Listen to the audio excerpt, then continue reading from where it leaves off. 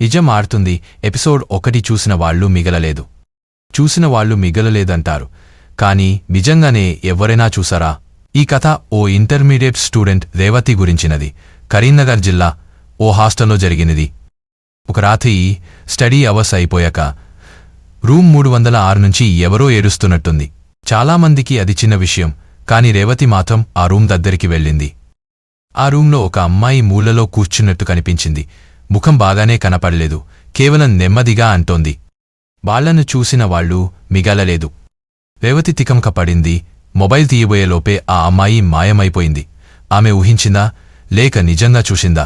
ఆ రూంలోని సీట్స్ 3 సంవత్సరాలుగా ఖాళీగా ఉన్నాయి. ఆ రోజు తర్వాత రేవతి నిద్రలేలేదు. రోజూ అదే వాక్యం వినిపించేది. వాళ్లను చూసిన వాళ్లు మిగలలేదు. మానసిక వైద్యుల దగ్గర తీసుకెళ్లారు.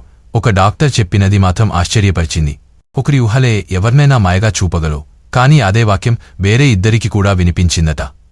మరుసటి రోజు హాస్టల్ వాచ్మెన్ రూమ్ బయట ఒక కాగితం వేసి ఉంది. ఆమె చేతిరాతలో చివరి వాక్యం. చూసిన వాళ్లు మిగలలేదు. ఇప్పుడు నన్ను చూశారు. ఈ కథ నిజమో అబద్ధమో మీరు నమ్మకపోవచ్చు. కాని రూమ్ 306 ఇప్పటికీ ఖాళీగానే ఉంది. మరిన్ని అద్భుత కథలతో మళ్ళీ కలుద్దాం. మీరు వింటున్నారు నిజం ఆడుతుంది తెలుగు హారర్ పోడ్కాస్ట్. ఏతో మీకు కథ చెప్తున్నాం.